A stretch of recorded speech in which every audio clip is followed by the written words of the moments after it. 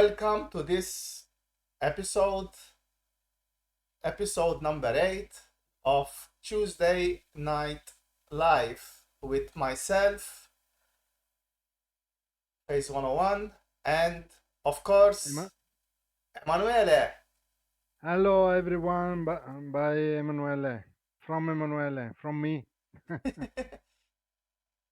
Okay, so today uh, we continue with our usual program talking about the VIC chip. We continue about scrolling, but also in the end, given that the person for who I need to make it comes in, I will do also something related to the Amiga. It will not be long, but I will be showing how to use the visual code extension for the Amiga and how to configure the emulator to make it different from using the default, which uses AROS as kickstart. So, as usual, we start. Let me jump to it. As usual, we start with my now famous, well-known YouTube channel. Please subscribe, like my videos. It is the only way that I know of that I can share, that I can get my videos more shared. Remember that under each video there is the show more button and you get access to other links. You'll be shown, you'll be enlightened, you'll be, your mind will open with links related to the video of whatever I mention, and also links to the code. So please always click that show more button. Of course, guys, there is the Retro Programmers Inside YouTube channel too that you need to subscribe and like also. And today, before I continue, I want to show what Emanuele just did. Okay, he's crazy on algorithms, so he did this. Unfortunately, it's low res. I'm not so good to produce videos. But yeah, it's Wa- what is the name of the algorithm? the name of this algorithm is wave function collapse. Uh-huh. It's a way to fill the entire plane with a series of tiles Uh-huh. Okay. randomly, Uh-huh. pseudo randomly. Okay, there you go, guys. You heard it from the master himself that did it. Okay, so wave function collapse algorithm. I should have read it. It's down below. You know. It's derived from quantum mechanics. Uh-huh. So please subscribe and like to the Retro Programmers Inside YouTube channel. Of course, follow me on Facebook. My page is my blog. Everything that I do goes there. And like the page, same thing is for Retro Programmers Inside. Okay, this is the group, but there is the page. I thought I had the page here, but it's the group. So like and subscribe into the Retro Programmers Inside page, but also subscribe to the Retro Programmers Inside Facebook group. You will see, I mean, there's lots of people that submit things. Okay, you'll see also my stuff there, but there's lots of people that submits things there. And remember, we have the game gems that Retro Programmers Inside organizes and which we all love.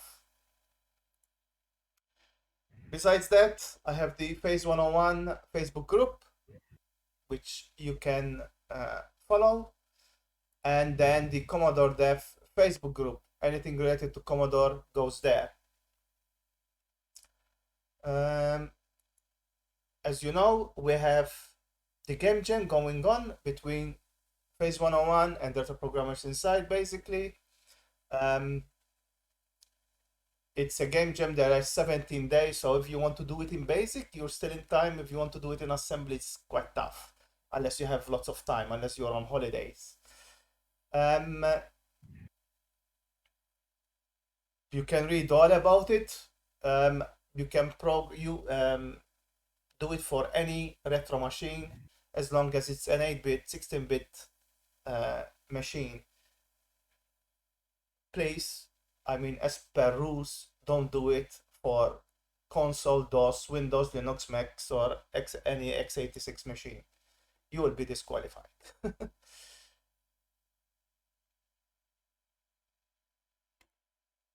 For those that write to me on Facebook, please note that I respond faster if you write to me on Discord. So please join my Discord if you want a faster answer, let's say. But you can write to me on Facebook, but I'll take some time. Also, on my Discord channel, there is also things related to retro programmers inside. The game jam, you can see that people post what they are doing. So it's also a way of knowing other people what they are doing in relation to the jam. I have a Telegram group. It's new. It hasn't been there for long. It has only 23 people. If you don't like Discord, you can also join there. This is a bit my fault. There are 62 to unlock on Patreon if you decide to support us. And actually, there are 12 that I need to add, actually 14 that I need to add to Patreon, which I haven't had time to do yet. So there is roughly 80, right? Well, close to 80 that you will have access to, more than if you look at on YouTube. Not all videos goes on YouTube, so know that also. So on Patreon and Coffee, that has got the same thing. They are mirror of each other. There are videos that I do not share on YouTube. And they basically, I believe that's it. And now we can go to Visual Code. There we go. So we're going to talk, I'm going to show this example, what we are going to talk about, and then I leave it in the hands of Emanuele. Now, this code has 3 defined routines. I'm going to start with the first one. And it shows, let me run it. It shows how to do a vertical scroll down. Okay, now there is some flicker, we will explain why, but this is scrolling down. And when we come to the second part, because I said there are 3 parts, I will show the second part. But note that there is an improvement on each one of them. So this is the worst one of all. Volevo salutare, Sweet. I want to say hello to Pierino l'artista and Amok 64. Ah, Pierino, ciao. Hello, Amok. There you go, my friend. Thank you, Amok, thank you. Pierino, scusa, non è in italiano, ma è in inglese oggi. Però But my English is so macaronic that Pierino can understand what I say, what I will say. yeah. So, guys, go and check the channel of Pierino. Okay, Pierino l'artista. He does Commodore 64 games. Uh, he even played my game today. So yeah, please check his channel. He is very funny, and uh, yeah, you'll enjoy. He has a way of talking that is very very cool. So yeah, ciao il melo, ciao, hello. So yeah, without further ado, we let Emanuele I have talk some in trouble. English. So please remember that Emanuele is, it's not English native speaking. So, you need to accept that certain things will not be as fluent as maybe I can say them, but it's still understood. Okay, so it's fine. Sorry, James. I'm waiting for your. I send it. No, you should say okay when I. But did you get the link? No. Okay, a moment. I okay. Is the third time that I try. Thank you, Amok. Thank you. Okay. Waiting for roast approval. Yes. Okay. Yes. So you have control, Emanuele, so you can start. Emanuele is the boss right now. Okay. I'm Bruce Springsteen, so Yeah. the boss.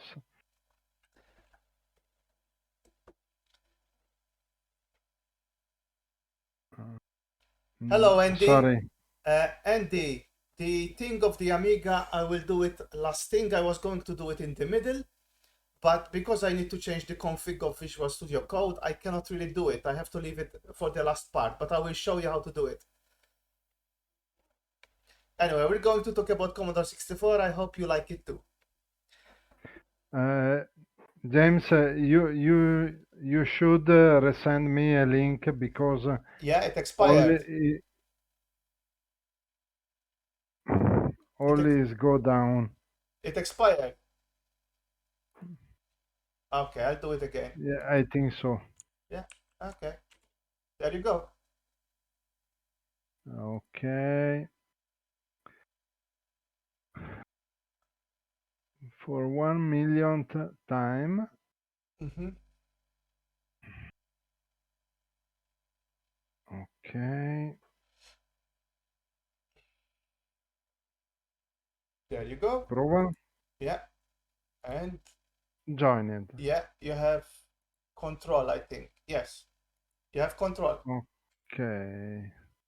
I said that is trust. Okay. Um, in this piece of code, I try to explain um, the importance of choosing an algorithm instead another, because the quickest algorithm is not ever the better algorithm for what I want to do. Allora, why the right routine is so important? This example is very similar to VIC 0501 smooth scroll that I saw in the previous section. But in this case, the full screen is rolled down instead of rolled up. In this example, I want to highlight the importance of choosing the correct routine when scrolling the screen. We saw in the previous episode, when the scroll routine is fired, it shifts the entire screen of 1 pixel per frame, but every seventh frame, we need to reset the pixel counter, and move the entire screen of one row up or down, depending from the scroll direction. In this case, is down. The bottleneck part of all this process is when we have to move all the screen memory characters or blocks. In fact, for PAL-B system, VIC 6569, we have by our Bible of that link. It's Zimmers.net Bible about the Okay. VIC2. Yes. I don't remember the name, the Christian Bauer. Mm-hmm. A total of in PAL-B, we have a total of 312 raster lines. Of these 312 raster lines, only 200. 200, sorry, 200 raster line form part of the background area. In fact, there are 25 rows. Every row occupies 8 raster lines for a total of 200 raster lines.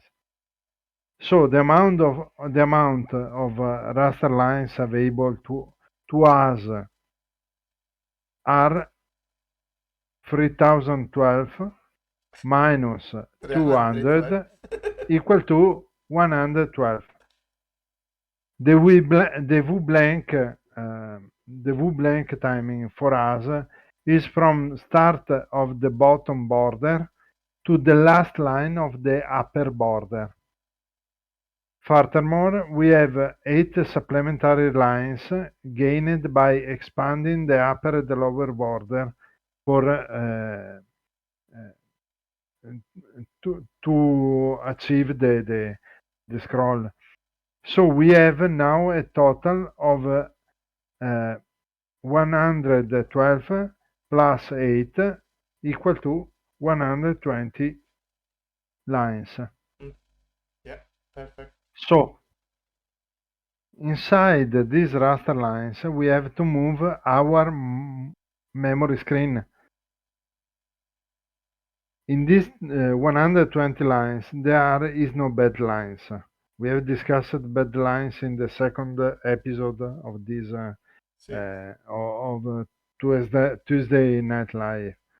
And every line uses 63 cycle for a total of 63 multiply 120 equal to 70,560 cycles. 7,560. Okay.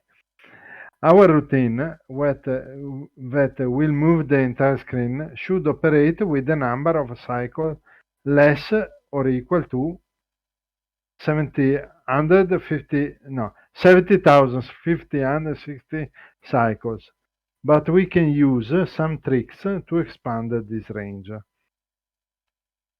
Below we will see.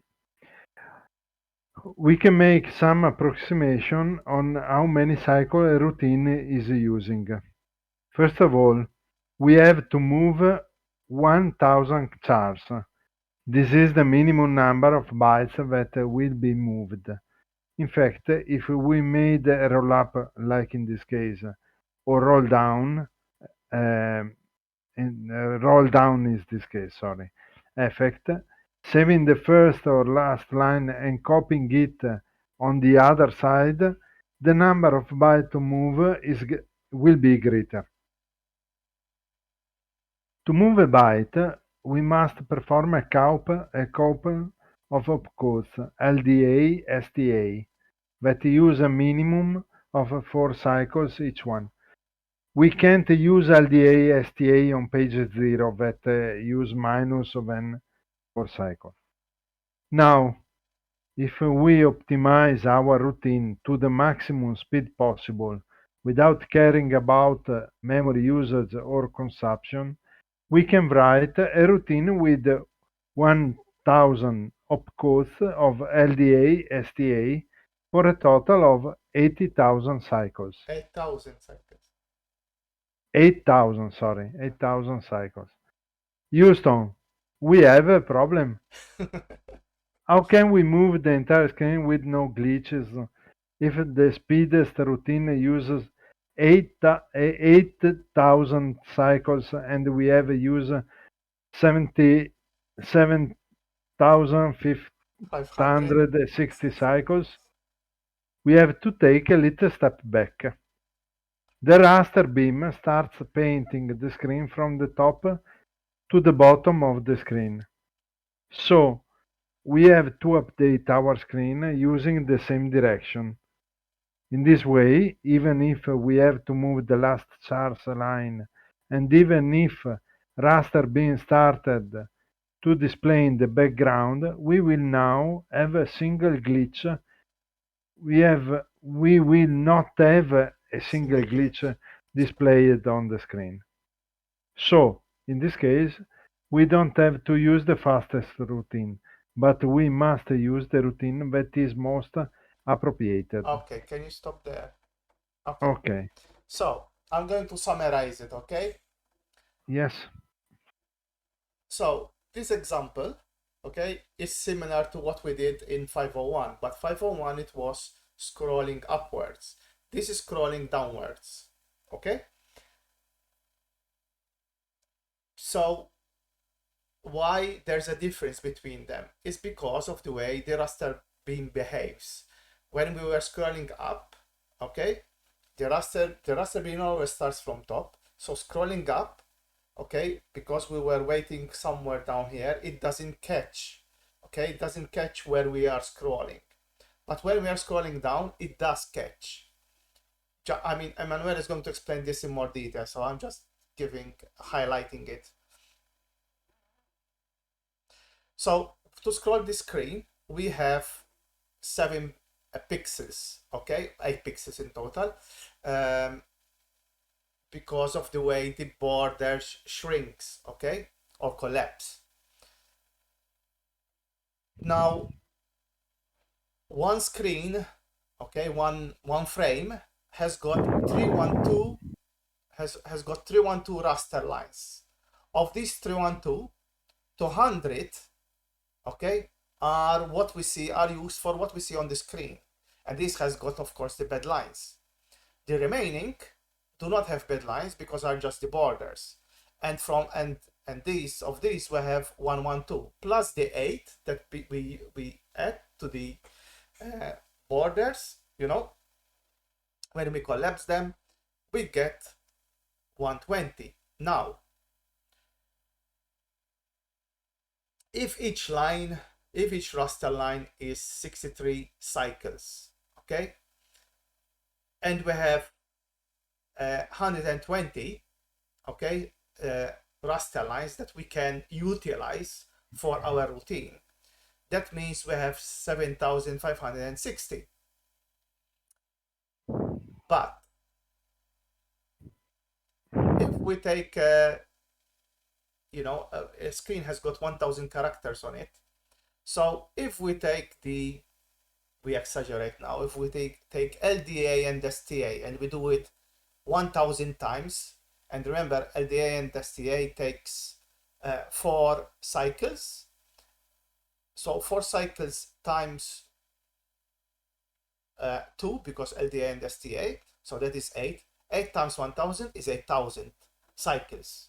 So as Emanuela said, hey, we have a problem because this takes the maximum that we can really achieve is in 1,000 cycles, but we only have 7,560.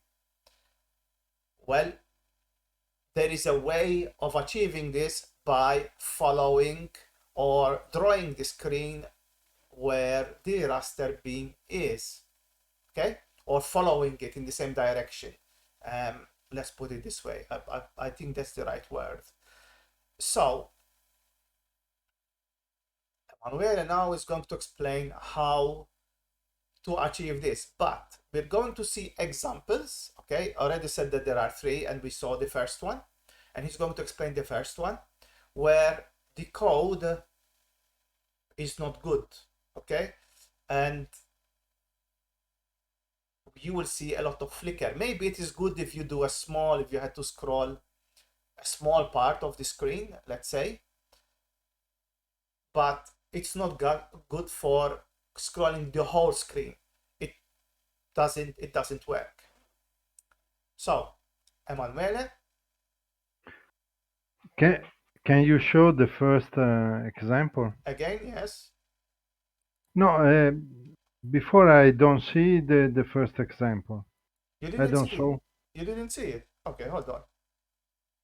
Ah, hold on. Yeah, you're right. I need to switch. Uh-huh.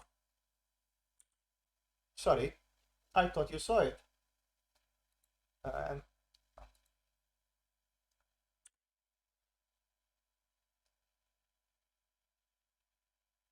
so there is the first example. I see the compilation, but not the video of C64. That you see it now, though. Okay, now yes, Yeah, yeah, because there's a delay, no? yes, yes.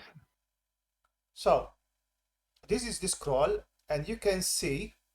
I mean, the flashes that you're seeing in the border is how long it's taking. Okay, but you see that at the top part, it's flickering. No, it's because it's catching up. The raster line is catching up, and uh, it flickers basically. So he's going to explain this routine, okay, because it's the basis for the others, but then how to improve it and eliminate this flicker. Okay? So, Emanuele, all yours. Okay.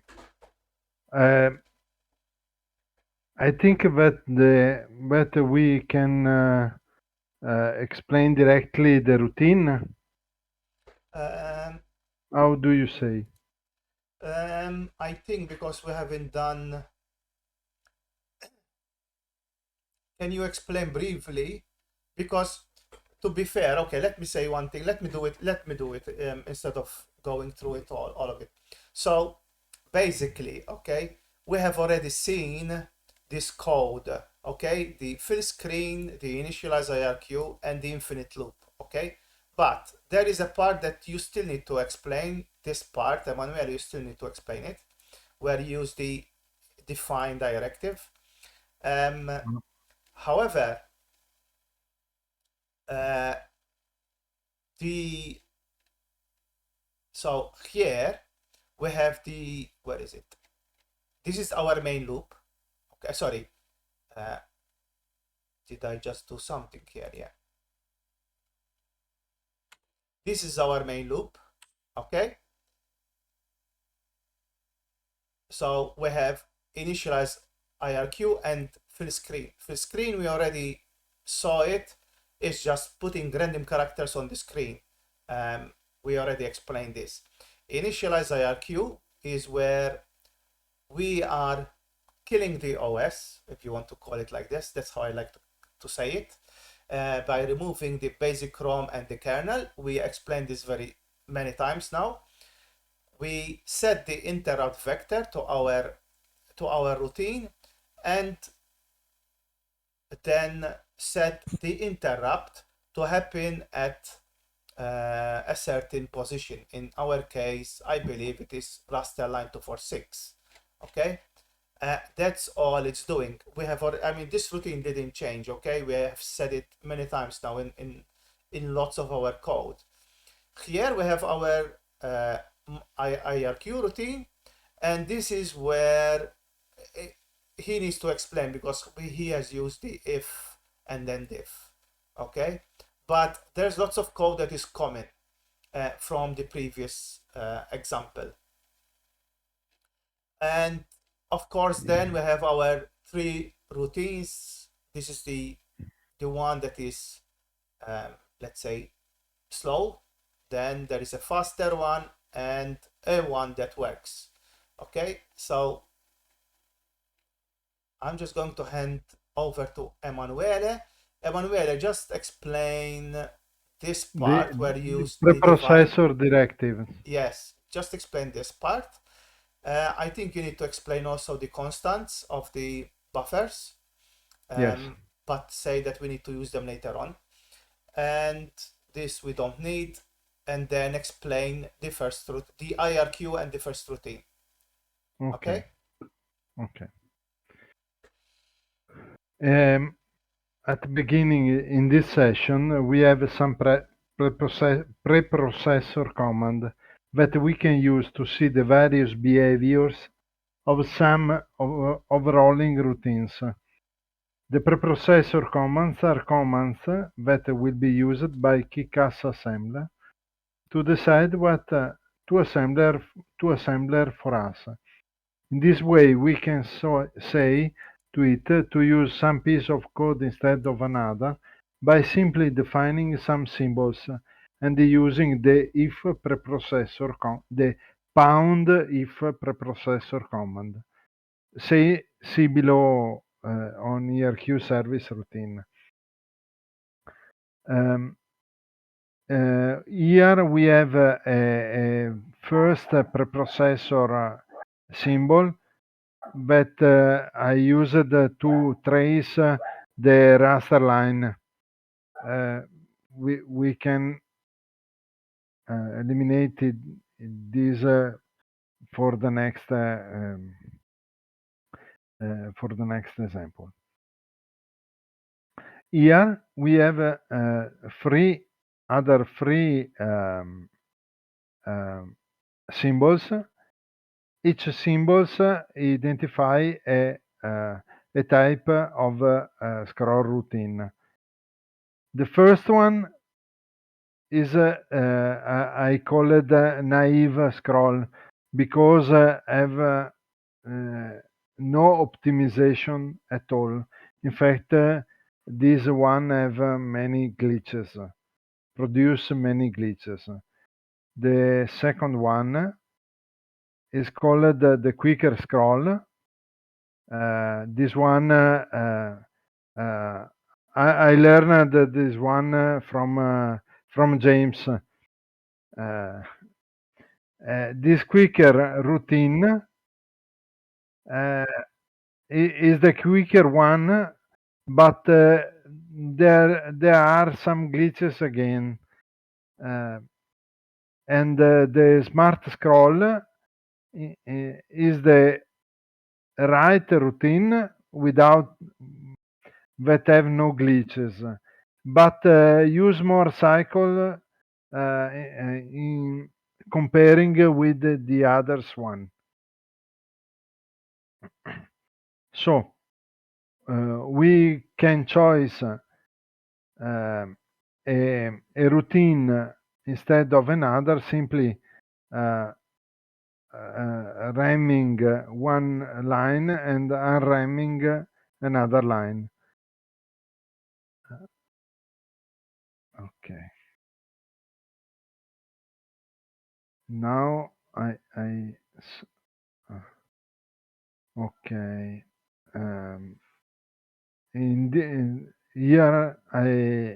Here we have a naive scroll routine activated. Okay, after I use for the smarter scroll 4 buffer on the placed on the 0 page that every of five buffers. Each buffer starts from a location on a 0 page, from location 002. No, sorry, 4 buffer. This first constant is only a placeholder for me. Is the first usable byte on the 0 page. These are the 4 buffer that I will use in the smarter routine. these are useful for me to accelerate uh, um, to optimize in quicker way the routine. Okay, this part is like James said before, is the same like the other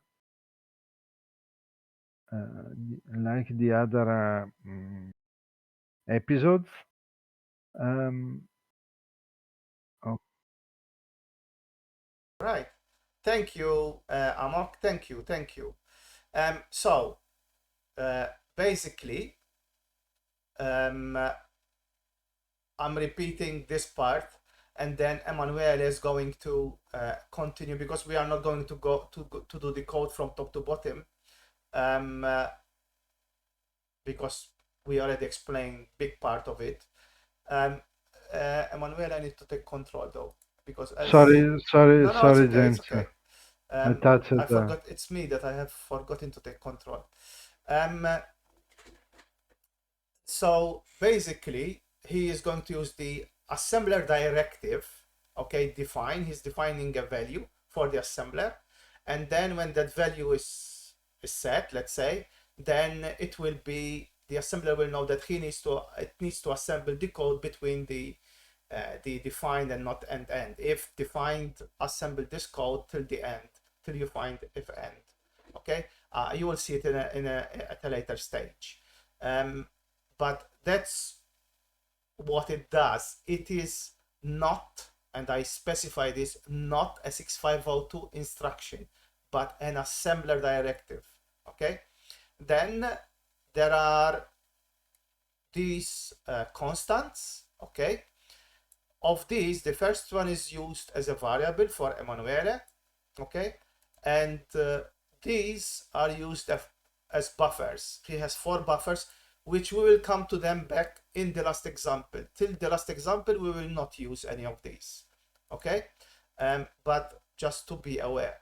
Of course, then there are the explanations of the D011 register and D016 register, which we explained several times. Here we have the usual constants that we did, and then we have our main loop. Different screen we already did, and I'm going to let him explain the IRQ now. The IRQ we already did it, but there are let's say some things that maybe he needs to say. Actually, nothing changed on this one. It's this that changed, no? My IRQ, not the routine that sets the The initialize. routine is essentially the same. Yes. Change only Okay, so no the need to do that. So this one is the routine that sets the IRQ. We say we need to set our IRQ, the routine, and when the raster line hits 246, our routine happens, and the routine that will be executed is this one, and this is the one that he needs to explain. So I give him back control, and he can explain this one.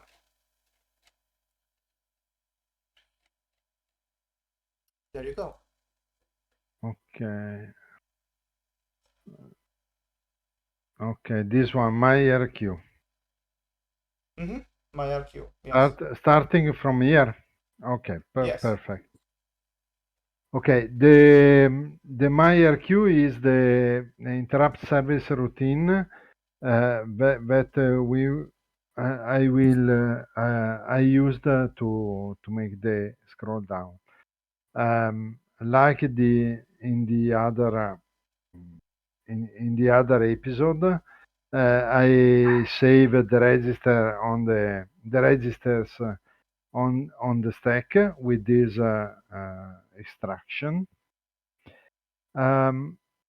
Here we encounter the first if preprocessor directive that simply change the border color to trace to see where the raster line is. is placed. Yeah. Uh, Ciao, Ozzy. And you see, this is the. So there was another. Emmanuel, if you permit me, there was yes, another yes. one which we skipped, which is called trace raster. And that is defined, if this is defined, then it will insert this code. If it is not defined, it will not insert this code. So up here,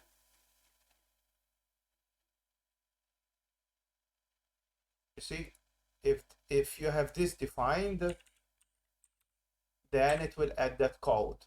If it is not, we commented it out, then it will not insert that line. That's how it works. That's why there is an if and then div, and between it you put the code that you want. Emanuele, sorry, continue. Okay. Thank you for explanation. First of all, we made the interrupter acknowledge, and we perform the action to count the number of pixels that we are scrolling in hardware on the pixel variable.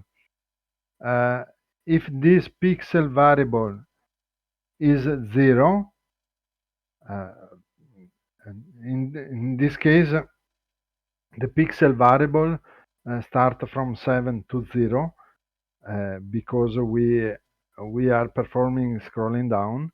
The when the pixel reach 0, we should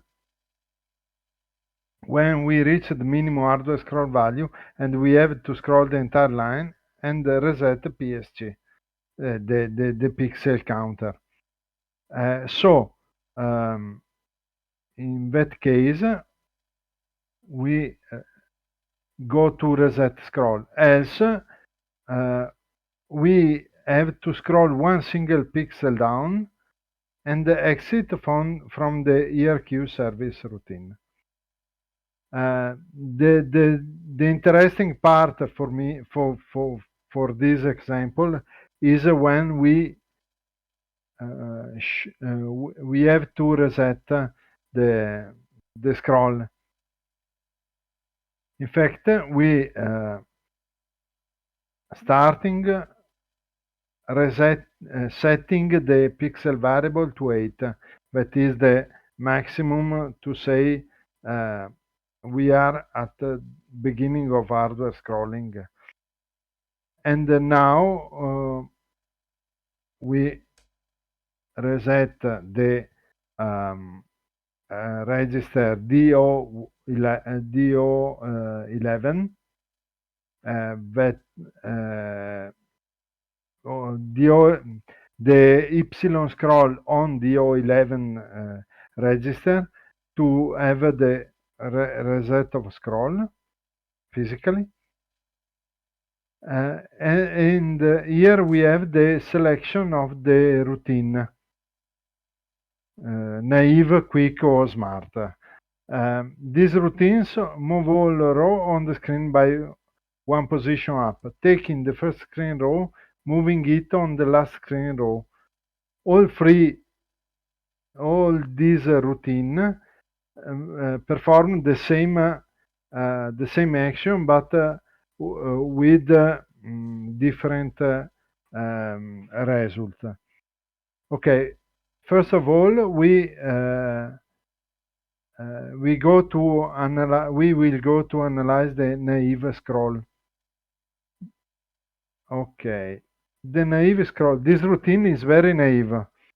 It occupies 50,853 cycles. This routine is very naive, no optimization at all, and a very naive way to operate. Save the last line, scroll down all rows one by one, starting from the the row number 23, that is the penultima, come si dice, James? The last, Penultimate exists? yes, Okay, penultimate. the Yeah. penultimate lines. Okay, copy the last line to the first line, and this routine is very bad for a full screen scrolling. How we saw before, this routine produce many glitches. Um, First of all, I copy into a buffer the um, the last line with this loop that load in epsilon the number of chars to copy, load the various chars indexed by y, um, copy every chars to the buffers, uh, and perform the rest of the loop, decrementing y and testing for positive for y, that while the y is positive. After that, I use y to copy 5 times, to make five times the same routine, the same loop, shifting it 2000 chars block. Okay, I starting from the penultimate Okay, row. can I stop you because I didn't realize, as I said, I was preparing for the Amiga stuff. Because you started the second part of the routine. If you want, I can explain again, do this very quickly. Yes, Yeah? yes, please. So in the meantime, you can read the notes again while I'm explaining this. Okay, so here we have the usual routine to set up the interrupt. We save the registers. If trace underscore raster is defined, then we increment the color of our border. If not, if it's not defined, then we skip it. Then we set the interrupt. Okay, we acknowledge we zeroize the interrupt. No, yeah. Yes. And then decrement pixel because I need to follow. Pixel is the variable to count the how many pixel hardware Uh-huh. pixel Yeah, okay, we yes. scroll. Now I remember. I should have known this, but yeah, I forgot from last series. So basic pixel is when you're shifting the screen, where you are in the shift. So he is decrementing that. Then he does if it's equal to 0, then he resets it back to 8. If not, we increment the IRQ. Here is where we do the copy, else we just scroll one line. Then we jump, where do we go? We jump here. And of course, to know how much it's taking, we decrement the border if trace raster is enabled. However, if we have done the 8 shifts, okay, then we need our copy routine, no? So here we reset the scroll bits, okay? Here we, as I already said, reset the pixel, the counter. the scroll bits, and then we decide which routine we are going to execute based on the value that we set. Where was it? Here, no. So if we defined use naive scroll, then down here we're going to call this routine the JSR down naive scroll, and we will skip these. This assembler will not include this in our assembled code, and then of course we will do this routine. Apologies, because it's not that I didn't want to pay attention. I mean, I've corrected this, so I know, but because I need to prepare for the Amiga, the last part of this session, I was preparing stuff, so I was off guard in a way. So yeah, I leave Emanuele to continue to explain the roll down and naive routine. Okay. Essentially, after saving the last the last line on the screen, I move all the screen 2000 charts at time with 5 loops like this one. Loop, I'm reading now. Loop the 2200 charts from this is the first one, from the 760 to 959, shifting of 40 position to the range of y is 1 to 200. We can't use BPL in the loop test because 200 is recognized like a negative number exiting immediately from the loop. So we use BNA, adjusting the starting address pointing by 1. This is a note um, to explain why I use BNA here instead of BPL using 199 here. In this case, I can't make this type of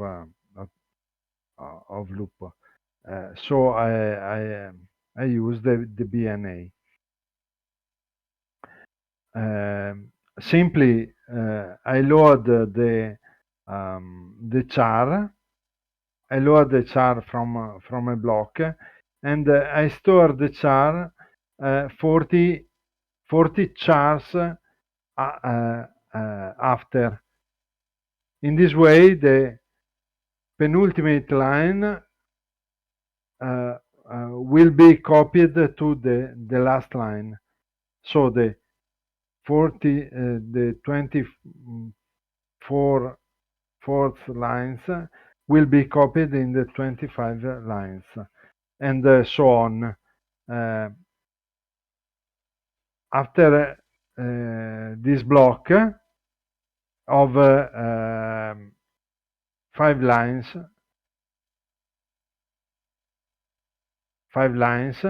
in fact, every line is 40 charts. For 5 lines, 200 charts. Okay. After that, I will move the next 200 charts here, changing the starting point, and I repeat this loop for 1, 4, 2, 3, 4, and 5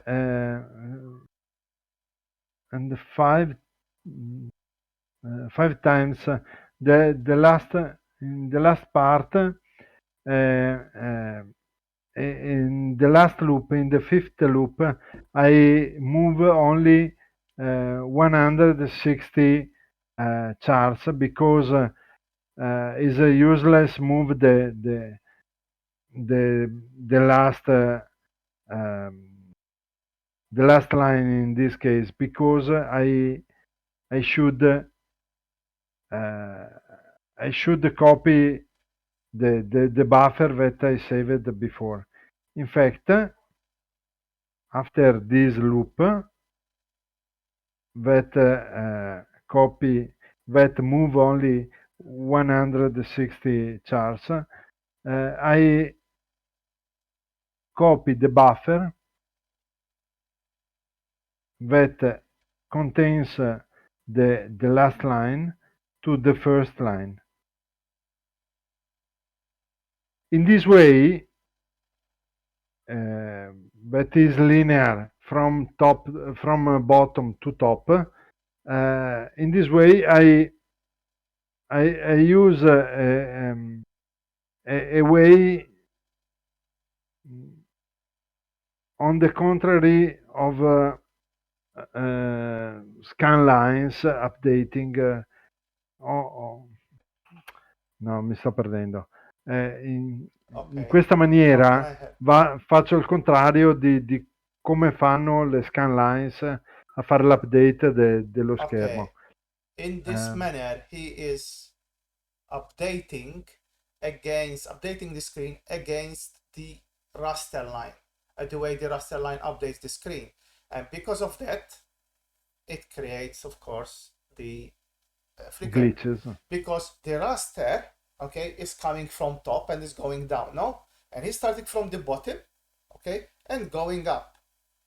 Okay, so what's in the bottom, he scrolls, he copies from the last penultimate line to the last line, and he continues like, but he's always going up because the beam is coming down. Somewhere they have to meet, no? And where they meet is the issue. Yes. Okay.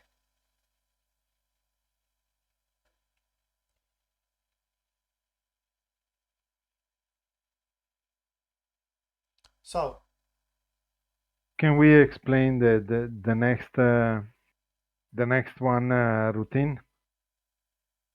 this is the routine that I really like most. Not because it's mine. I mean, he's going. I mean, maybe there are better than it, but at the end of the stream, before I jump to the Amiga section, I will explain why I prefer it from all the routines that Emanuele is going to say. Of course, the second routine he's going to talk about, it's not ideal for demos. Okay, it's not ideal for demo because in a demo, if you scroll the whole screen, it will not do it. But for games, it is ideal, and it leaves you a lot of cycles. Okay, so, and I will tell you how and how much, etc. But that's why I prefer it. So, Emanuele, you can Okay. continue. Would you show Yeah, I will show it. Actually, you're right. Okay. So, yeah, you did I it. changed the Yeah. Okay. Right.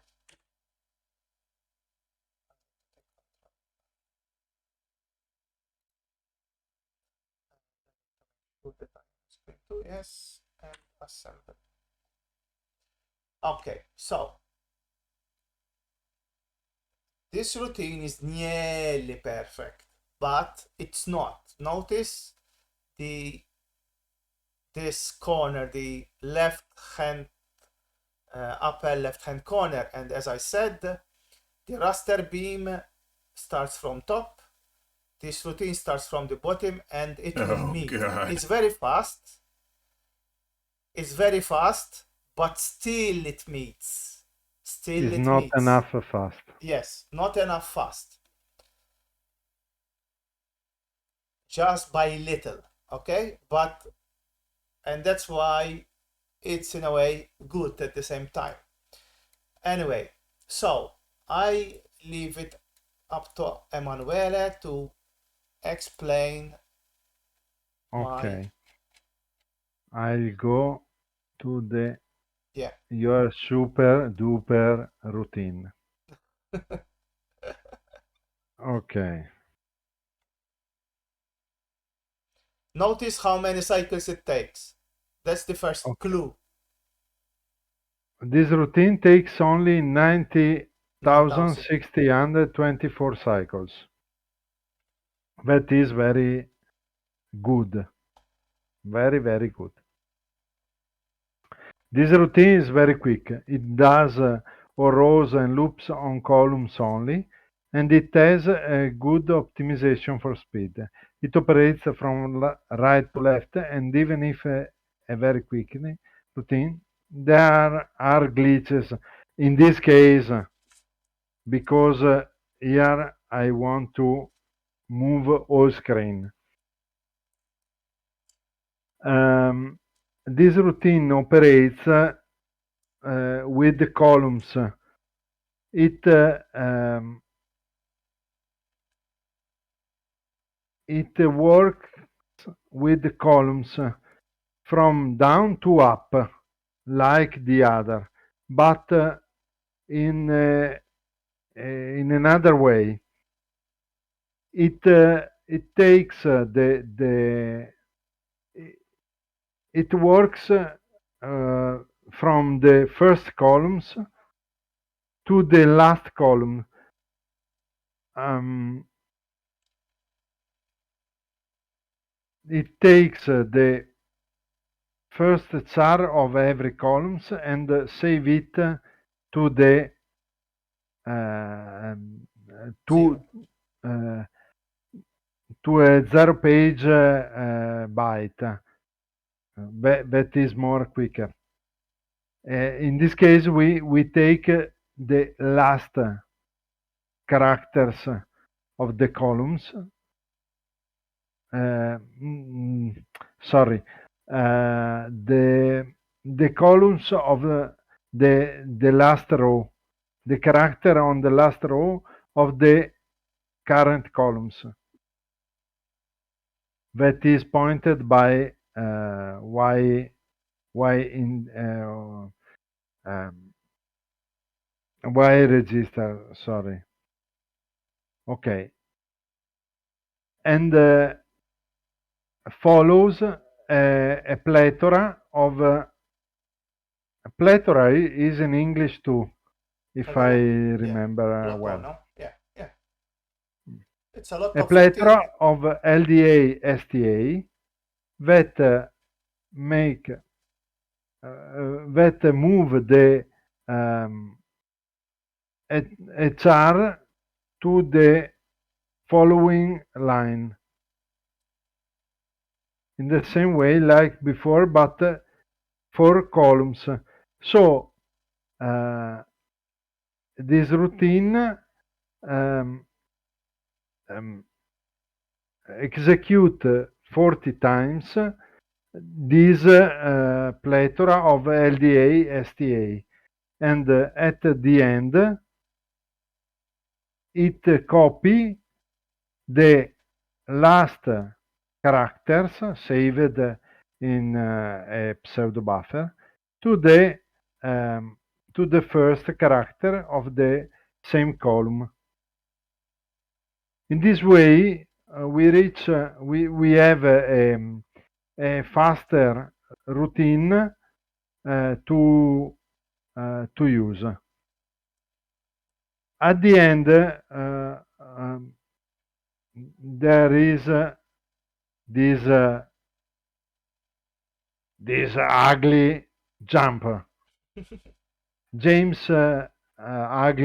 James ate the jump, but he have to use it because the plethora of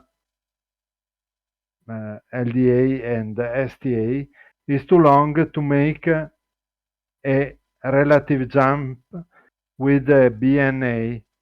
So we have to use a BAQ, that is the counterpart of BNA, and jump to the loop.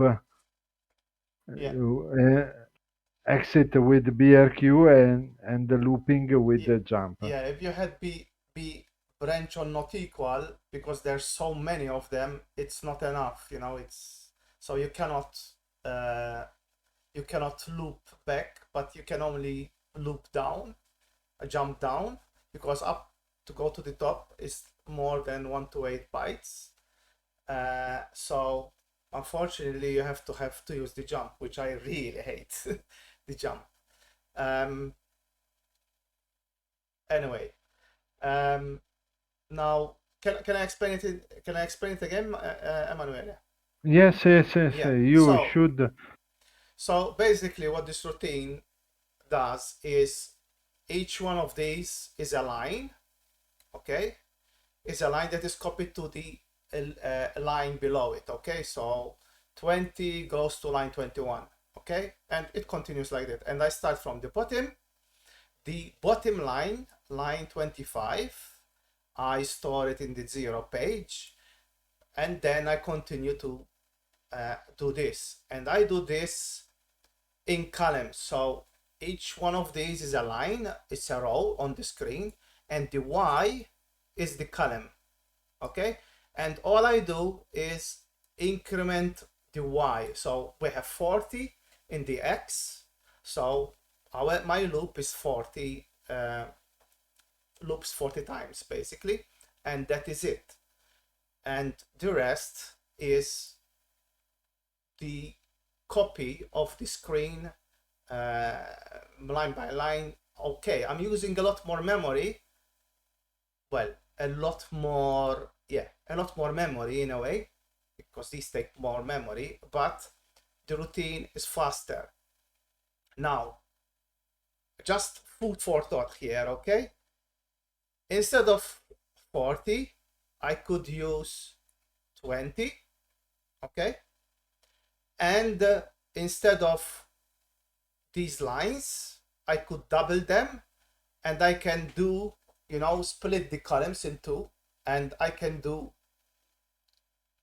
two in one go. But it's a never-ending story, so it's just to show the theory behind it. So if you split the screen in half, you can copy one character from the line below to the from the top to the bottom. Let's say column 0, from column 0 to the column 0 below it, and from column 20 to column 20 below it, and you can do that, but it's a never-ending story to improve. It's just the technique, which is important. This is the important factor of it. Why?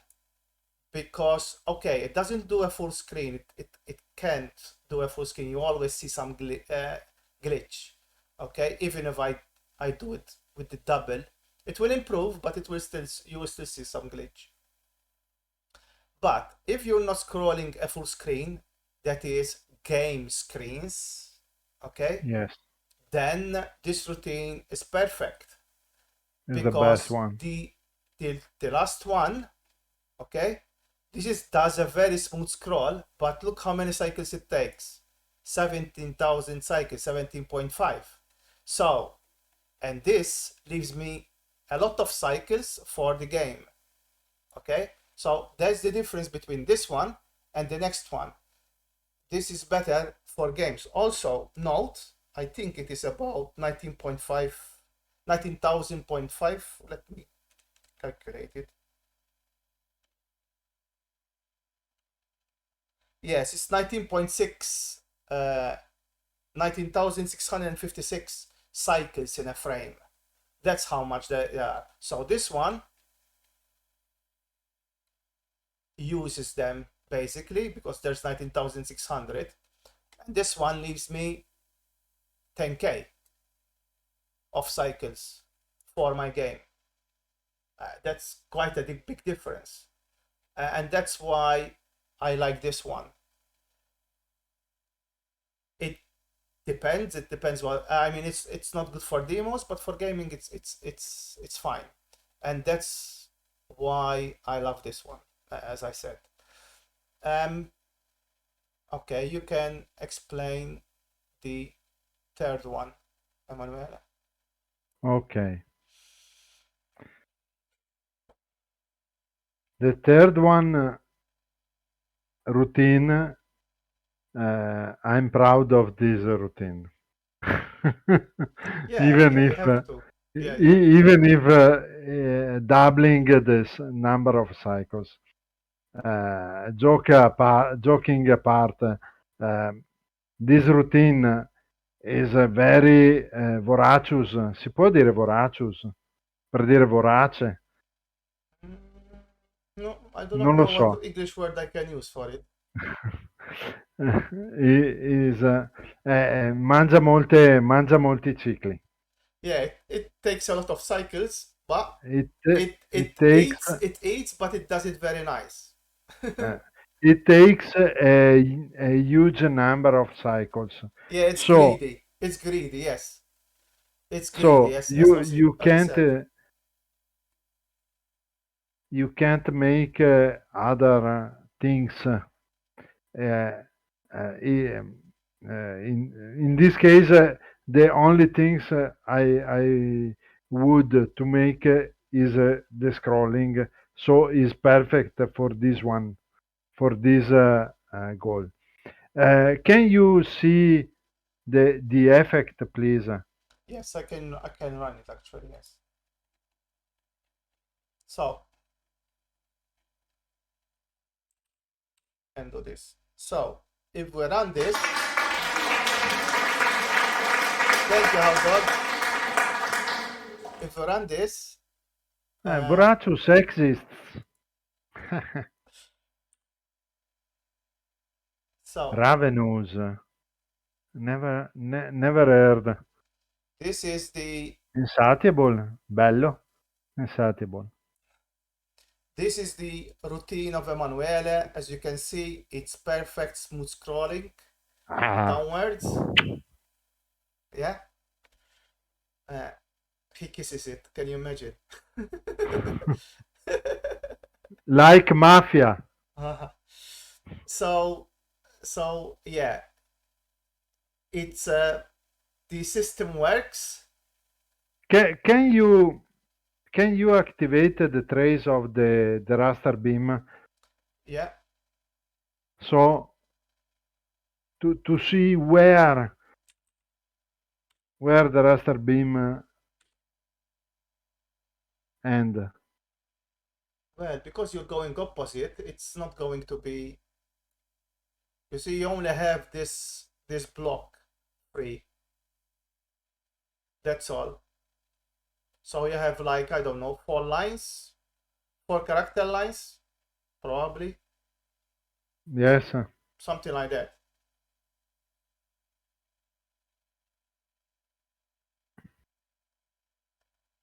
So yeah, I mean, I will make it bigger so that you could see it.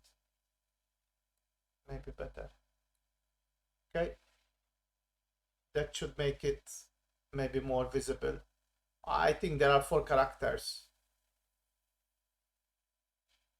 Now for this, we have a slide to explain it, to Yes. explain the theory behind it, because it's not as simple as mine or the previous one. So, I think it should display it, visual code. Yeah, there you go. This is the technique that Emanuele is using. Emanuele, do you want to explain it? Yes. Allora. So I can say, while he's preparing, I can tell you a bit about it. So you can see the screen divided into 5 chunks, okay? First chunk is 5 rows, then we have 3 or 4 rows, and then 3 rows. When I say rows, that is character rows, okay? And the first thing he does, okay, he copies these lines, if I remember correctly, into the buffers. Okay? The first save the key rows into the buffer. Yes. The rows that are that are with the arrows that point to the left, the black arrows that point Yes. to the left. Yeah.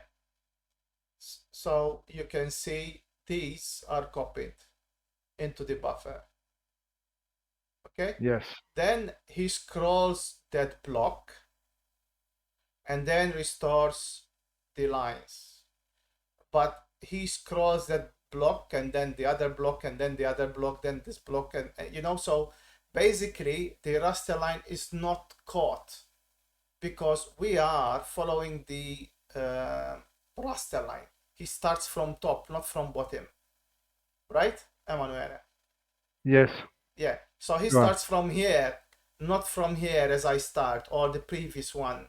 Okay? So the We trick is, avoid the superseding of the yeah. raster line. So as I said, the raster line starts from here. But if you start copying also, doing it from here, then you are following the raster line and they will never catch. The only thing is he has to copy these into a buffer and he has time because there are five five rows plus the other rows that are being that are in the borders, the other scan lines. So he has enough time to copy those and then start following. That's basically the trick behind it. I don't know if you want to add more stuff to it, but I save the buffer. mm-hmm. I move down the first 5 rows. So I copy the last line to the first line. In this way, I have completed the 4 fifth lines. So the raster line have yet the right characters, and go on for the other 4 blocks. Anyway, we will return to the diagram. Let's jump to it and let's let's explain it. And then we will come back to the diagram because I think it will make more sense once you start explaining it. Okay. Yeah. So on... here are the details of it. He will read that and then he will explain the code. Remember to highlight the code, Emanuele, of what you are explaining. Okay. Yes. Okay. The steps of this routine are: first, save on 5 buffers of 30 chars each one. The buffers in the 0 page that we saw before. The 0 page is optimized for the velocity.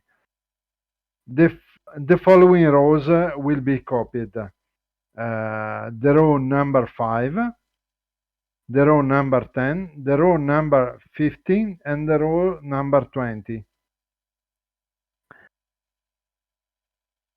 Here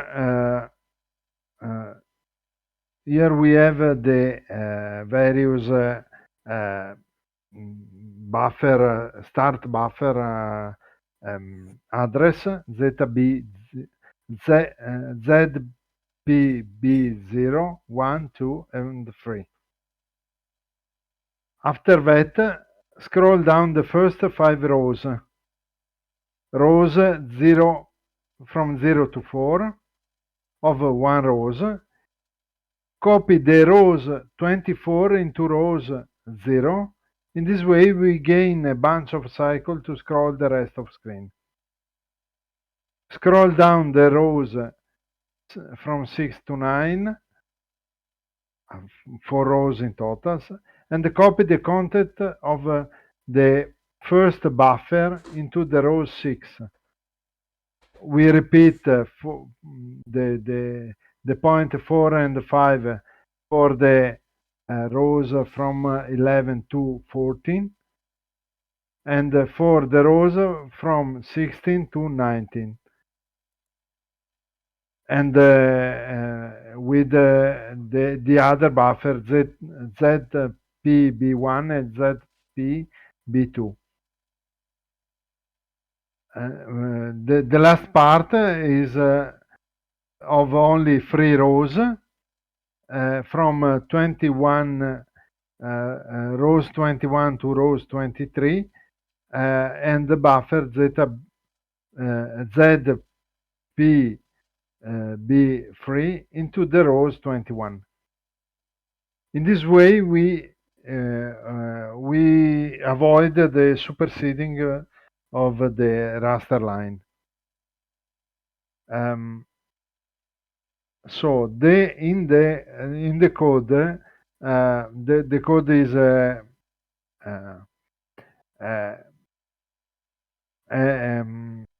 is divided in block 2. In this part, we save the 4 buffers. The first one starts from the offset screens offset 200. The second one from offset 400. The third one from 600, and the last one from the 800. After that, there is the move of the first 2000 charts, and immediately we will copy the last line into the first line, using the method the method of the columns. For every columns, I copy the last char to the first char, the char in the last line to the char in the first line of the column, pointed by Y.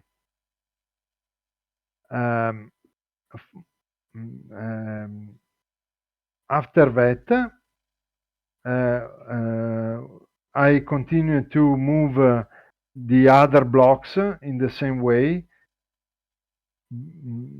Before I move the block, and after I copy the buffer row, the rows saved on the first buffer. In this case, here I have cut and paste the same 2 routines, the same 2 loops for the second block of the screen. Move the screen and copy the last row to the first row of the block, and I continue for for the third buffer and for the last buffer. After that, I achieved my goal. Yeah. So just to recap, the blocks he was talking about. Yes, please. Yeah. Please. Yeah. So I thought you were going to explain it, but I can explain it if you want. So the blocks he's talking about are these 5 blocks. The first thing he does is save, copy the buffers. Now these lines that he said, one is at 200, 400 if I remember correctly, and Yes. whatever. And then if I so he copies to the buffer. The last line is not copied to the buffer. The last line is copied directly to the last row, no? to the first line. Yeah, to the first. It's copied to the first line. Yes, you're right. Yeah. and then basically he starts his let's say blocks by shifting the characters. um, what is on top goes, what is on top goes bottom. Where is it?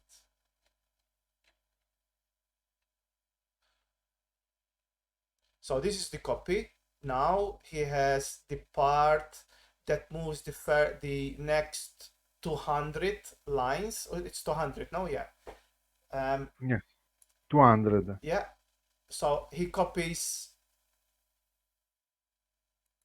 The first Emanuele. time I move 200 lines, 200 charts. After that, I move 3 blocks of Yeah, the 160 60. Yes, charts, yeah. and in the The last last part, one, I move 120 20. charts. Okay. uh, so yeah, basically he's moving blocks as he divided the screen. So here is 200, here is 160, 160, 160, and this is 120, right? We said last one. Yeah, 120.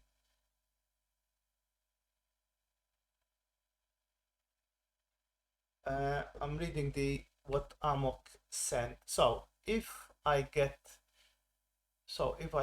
you, you are splitting this entire shift, yeah, which should got from bottom up to bottom into 5 shifts, yes. Still shifting upward, yes. And you start from the top, yes. For each shift, the last row is restored from its corresponding buffer, yes. That's what he's doing. Right, Emanuele? Yes, yes, is right. No. I mean, I answered the question of Amok, and I want to make sure But that is a question. uh, so he's saying it's in the chat. If he's saying, so if I get you, you are splitting the entire shift, okay, which should got from the bottom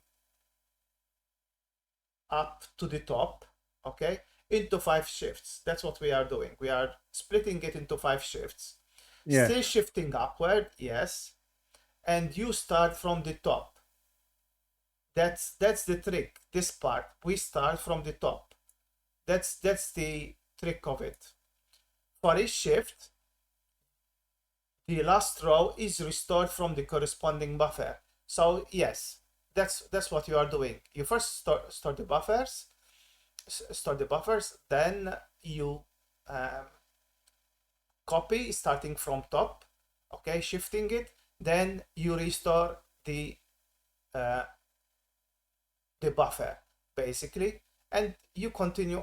If you see here, there is the buffer will be restored a line after. yes. So yeah, Amok, that's what he's doing, exactly that. This is why there is this 39, which is and this is what confused me. I was thinking in hex, and in my head it didn't make sense, and that's why I asked Emanuele before sometime, because I'm used to have numbers in hex most of the time. So Sometime I use X, sometime I yeah, use deck. yeah, but Uh, yeah, that's why I got confused. Um, uh, but this is the restore of that line.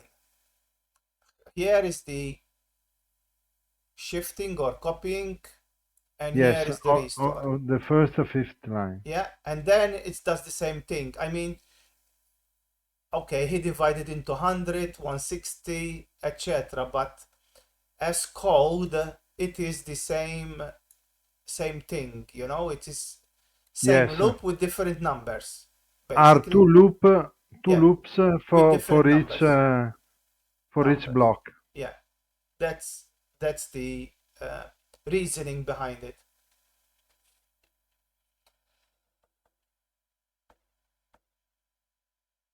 Basically, I don't think there is more to say to it. The only caveat of it is this. Okay, now this is not to put Emanuele off or to say, oh, what you did, Emanuele, but to keep it in mind, okay? So just keep this in mind that it depends what you need to do. If you need to scroll the whole screen, this is the routine for you. If you need to scroll, let's say 20 rows from 25, okay, then this is the routine for you, okay? And this is perfect for games, while this one is not. Now, also bear in mind, okay, I'm saying perfect for games, but there's still a caveat. We are not covering color, okay? So I'm assuming the color will stay. We are assuming the color is always the same, okay? But still, they are good techniques. Let's put it this way. Yes. This is only an example Yeah, they are just examples. to highlight something. Of course, you can always improve on this. It's only you learn the mechanic and then you think about how to improve the mechanic. That's his better move. Instead of doing, you know, what we have here, you can always, as I said, looking at my routine, it can be improved, as I said, by having it twice as much or having the color included. Of course, it will take a bit longer, but it's still faster. And there are all these things that one can do.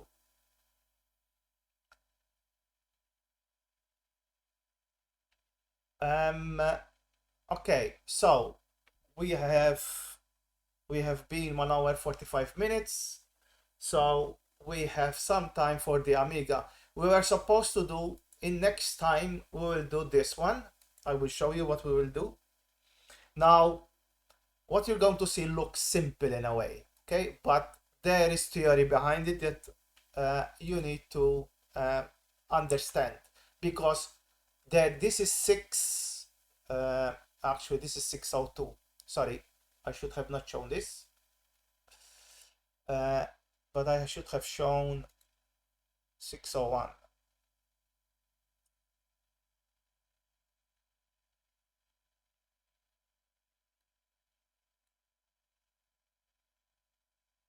This one.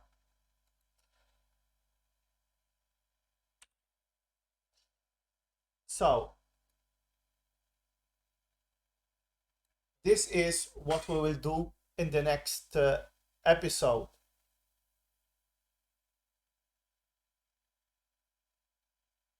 You will see, Amok, you will see.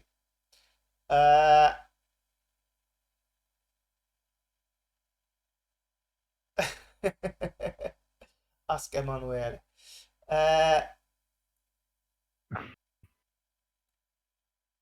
So, although it looks a simple scroll, okay, we start simple and then we improve as always. So, you saw number 2, okay, so here we just have 1, okay, and now we have 2.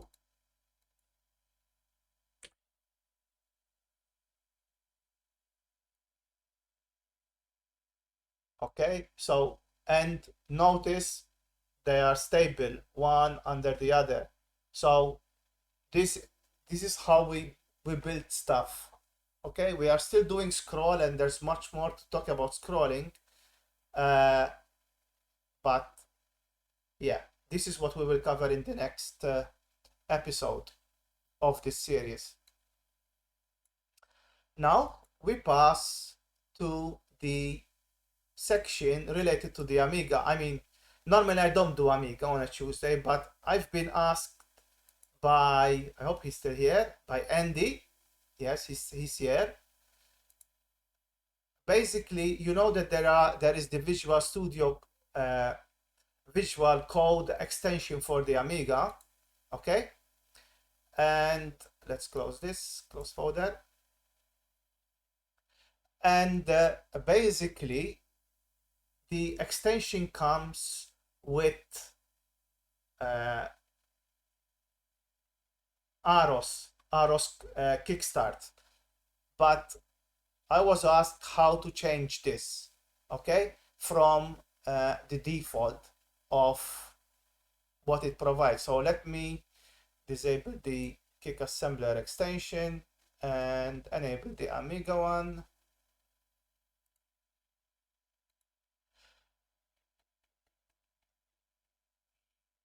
It needs a reload. Okay, so first of all, okay, before we jump to Visual Code, okay, you need to go to this link where Paul has got his Visual Code extension, okay? And this is the actual extension, but the extension uses the example, which we do not need, but it uses the binaries where there are the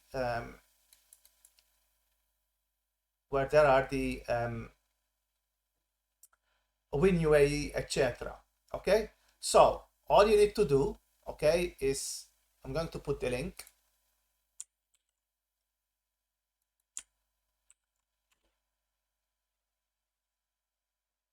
All you need to do is download this zip file, okay?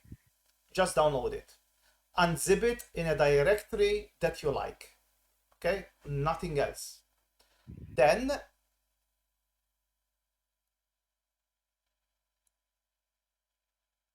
I'm just going to take the browser off. So unzip it and just bear with me. Now I have already done this, okay? And I call the directory common. Let me find it. So I have the directory common here, and look, I have lots of backups of it, okay? Because I do mess around with the extension. Now, I know it's difficult to see, I think, but it's not important, the files in a way. What you need to do is click on WinUAE that is in this directory, okay? Just click it and it will start.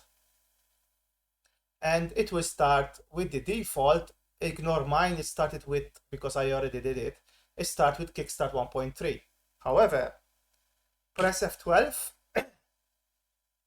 okay? And you get the usual screen for the for WinUAE, okay? Now, make sure, okay, you have A500 and the Kickstart ROM utilized. Also, in paths, because this you should do before, okay, you should have installed, and I'm going to bring the directory back. In it, if you don't have that directory, because I don't think it comes with it, you have to create it. Create a directory ROMs, okay? In the directory ROM, copy the Kickstart 1.3, okay? When you do that, tell WinUAE, okay, to scan for the ROMs, and it will tell you what ROMs it found. Also, make sure that this part, the use relative paths, is clicked. Okay, actually you should do this before you tell it to scan for the ROMs. Okay, so that it can look under. Once you've done that, go to configuration. Sorry, okay? Sorry, quick start, because it uses the default quick start, okay? And tell it to use your lovely ROM that it found, okay? And basically test it out. That actually save it, you have this option, start in quick start mode here, okay? And I'm going to restart it, okay? So restart it, and it should start when you, so I just imagine you did the settings and you restart it. It should start with these options, okay? Then tell it to start, and you should see the Kickstart 1.3. Now we haven't finished yet, but like this, you know that WinUAE in the extension of Paul is starting with Kickstart 1.3. Okay, that's the first thing. Now in Visual Studio, Visual Code, sorry, I'm just going to load something that is related to, okay, let's load my game.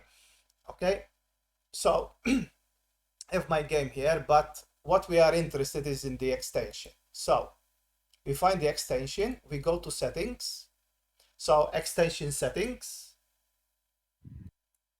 okay, and what you need to do is, look, I set the path in Amiga assembly bin there, okay, this is what you need to have, okay, to the common directory that you just, so I called it common, you can call it whatever you like, to be honest, I called it common because it's the common directory where the binaries are for WinUID for the extension, and just put that path there, okay, then go and create the project with so if I close it, let's close the current folder, and I'm going to create a new, so F1, type Amiga there, and where is it, to create a workspace.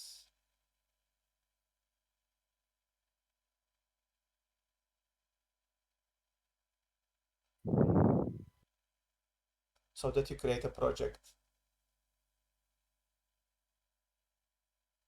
Actually, I think you need to create a directory first, and then, oh God, because I don't do this anymore.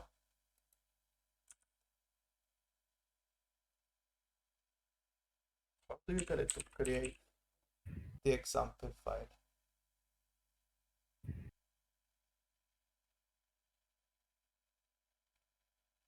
Here it is, create example workspace, sorry, this is the one. So I'm just going to go to my temp directory now, okay, on the C drive, and I'm going to create a directory here.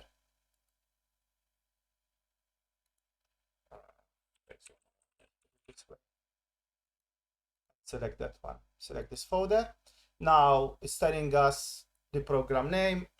You can use main, game, whatever. I use game, okay, and it started generating the our example. Yes, I trust, okay, and we have our example. It's here, game.s, okay, and there you go. Now, because I set the path to that common file, to that common directory, when I press F5, it assembles it.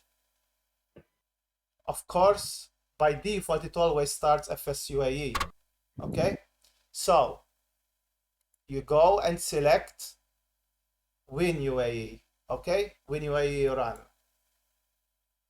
Then press F5 again, and it should start with Kickstart 1.3, and that is the default extension, the default example of the extension.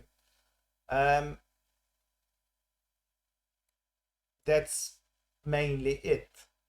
Andy, do you think I gave you enough info, or you need more help?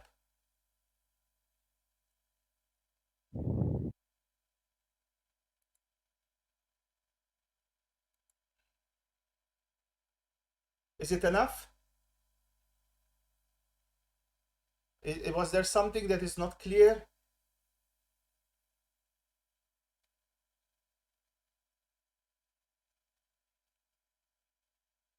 Okay, so just to make you aware, also, I'm just going to close this project now.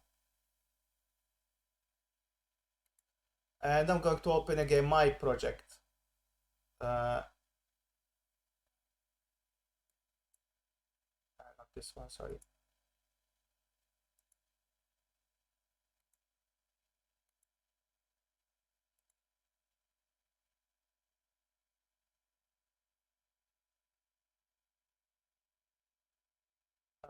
Here it is. So I'm just going to close this and this. For those that do not know, I have said, because you're going to see me if you follow my streams, you're going to see this, and I'm just preparing you just in case you haven't noticed it yet. I have modified the extension, and I have sent it to Paul for him to include it in the next version. In fact, if you notice my extension, I can select various Amiga configurations, and I fixed the issue that there was with the A500, because the A500 is running as ECS instead of OCS in the extension as it was. But I also added the A600 as ECS and added the Amiga 1000 to 100 as AGA. Plus I made some other changes, like when you start debug, it used to want press F5 to continue. I removed that. It just stops in my first breakpoint, because I think it makes more sense. And I did some other minor changes to it.